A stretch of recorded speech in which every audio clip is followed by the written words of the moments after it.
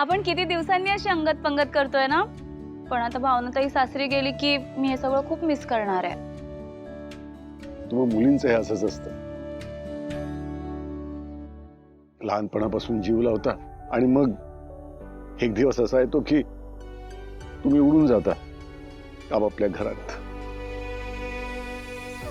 तुमच्याशिवाय घर खूप सुनं सुनं वाटतं ग. पण तुम्ही तुमच्या घरट्यात सुखात आनंदात राहताय हे बघितल्यावर समाधान पण खूप वाटतं म्हणा. बाबा, हो आता फक्त भावनाताईच जाणार आहे सासरी. मी अजून इथेच आहे. कशाला एवढी सेंटी होत आहे?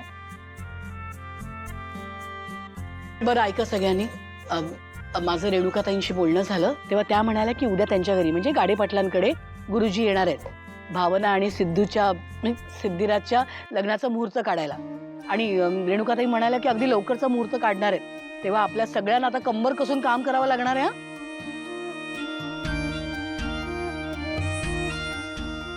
आई तू अजिबात टेन्शन घेऊ नको. आपण सगळेजण मिळून मस्त तयारी करूया. बरं ते सगळं होईल, पण मला असं वाटतं की आपण ताईच्या लग्नासाठी ना एखादा ग्रँड व्हेन्यू बुक करूया. ते हल्ली कसं डेस्टिनेशन वेडिंगचं फॅड सुरू आहे ना, म्हणजे तोच ट्रेंड आहे. संगीत, हळद, मेहंदी, बांगड्या सगळं एकाच ठिकाणी. मस्त धमाल करू आपण. अका कसली धमाल? खर्च होईल, खड्डा पडेल. बाबा खर्च करावा लागणार. आता काय पुन्हा कर्ज काढायचं का आपण? संतोष, एखादी जर चांगली गोष्ट घडत असेल तर तुला ती बघवत नाही? तुला त्यात मिठाचा खडा टाकायलाच पाहिजे का?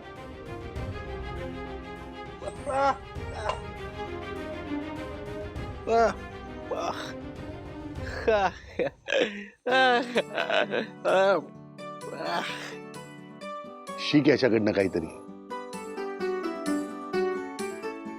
बघ बघ संतोष दादा, बघ वेंकी दादा काय म्हणतोय ते. तो म्हणतोय मी सुद्धा मदत करेन, नाहीतर तू. जानू, तू अजिबात काळजी करू नकोस. लग्नाच्या खर्चाला आम्ही पण हातभार लावू बरं का. मी आणि आईंनी थोडेफार पैसे जमवलेत. हो ना आई?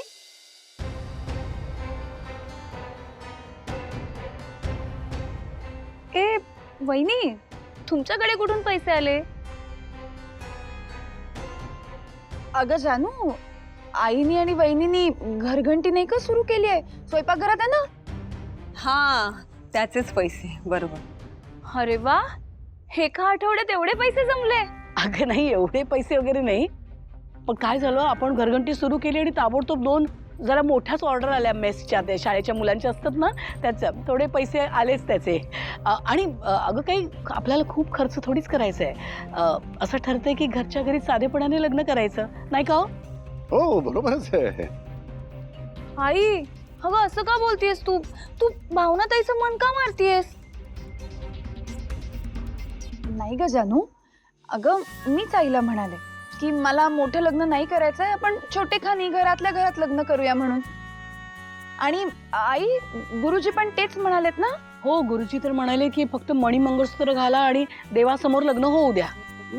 असंच व्हायला हवं ना. म्हणजे जानू बघ, लग्नात उगाच आवाजवी खर्च करण्यापेक्षा थोडक्यात असं विधिवत लग्न केलेलं कधीही चांगलं.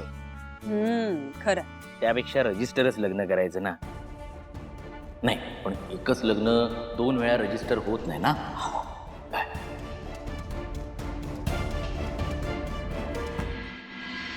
संतोष दादा,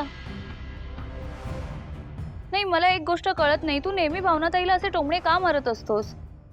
ठीक आहे, तिचं लग्न जुळत नव्हतं, काही प्रॉब्लेम्स येत होते, पण म्हणून सारखंच नाही. मी कायम हे बघत आले, तू ना भावनाताईला नेहमी कॉर्नर करतोस. का असं वागतोस तू तिच्याशी?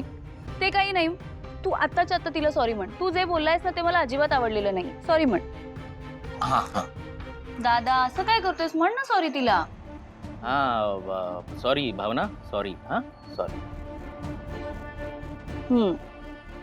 जानू, तुला माहितीये का, या लग्नात मी दोन्ही बाजूनी असणार आहे. अरे मी काय, आपण दोघंही. माझाही सख्खाच भाव नाही का?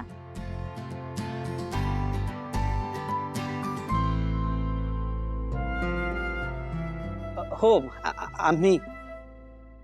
हो पण आई, आपण बेसिक विधी तरी करूच ना. आई बाबा, पण आपण बेसिक गोष्टी तरी करूयात ना. अगं हो म्हणजे ते सगळं ठरवूच ना, एकदा लग्नाची तारीख ठरली की पुढचं सगळं होईलच. मी काय म्हणते, आज खूप दिवसांनी आपण अशी अंगत पंगत करतोय. भावनाचं लग्न ठरलंय, त्या आनंद प्रित्यर्थ छान जेवूया सगळे.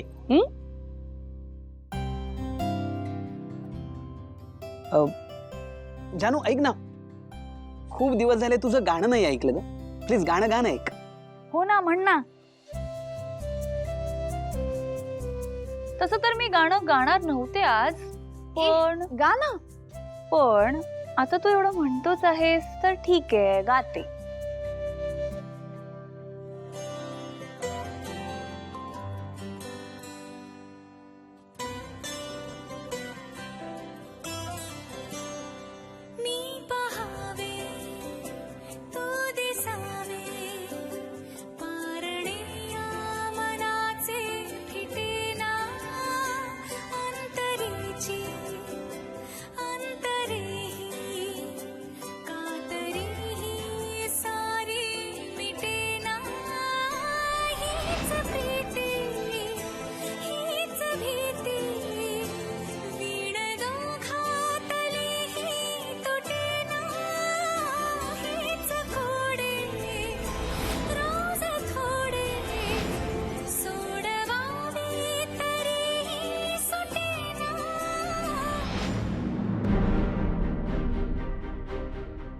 जानू जानू काय होतं? जानू काय झालं? पाणी घे. जानू काय झालं? पाणी दे तिला. जानू, बरी आहेस ना ग? जानू बाळा, वर बघ जरा, काय झालं? जानू ठीक आहेस ना? बरं वाटतंय ना ग? हाय, माहित नाही का, पण एकदम गरगरल्यासारखं झालं मला. आता वाटतंय का बरं? तू उठ. भावना तिला आत घेऊन चल, मी आत भरवते तिला. उठ उठ. जा जा लक्ष्मी. आई, अगं नको, मी ठीक आहे. होईल होईल सगळं ठीक वाटतंय. बरं,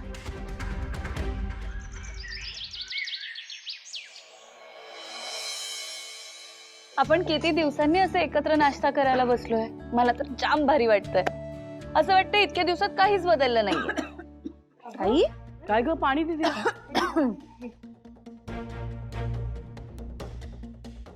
काय ग, काय झालं? मी काही चुकीचं बोलले का?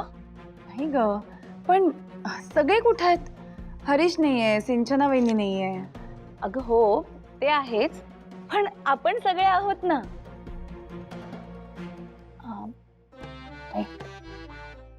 आणि आता बघा, आई संतोष दादाकडे घर खर्चासाठी पैसे मागले आणि संतोष दादा काही ना काहीतरी कारण देईल. अरे संतोष, ऐक ना, ऑफिसला जायच्या आधी वीणाकडे 1000 रुपये देऊन जाशील ना. किराणाचं बिल द्यायचं राहिलंय. 1000 रुपये? काय गे, एवढा काय किराणा भरला? हो, एवढं काय म्हणजे? घरात किती माणसं आहेत, तेवढा किराणा लागणारच ना. हा, मग मी एकट्याने का द्यायचं? घरात बाकी पण कमवते लोक आहेत ना. अशा वेळी बरोबर हरीश आणि वेंकी नसतात पैसे द्यायच्या वेळेस, बरोबर नसतात.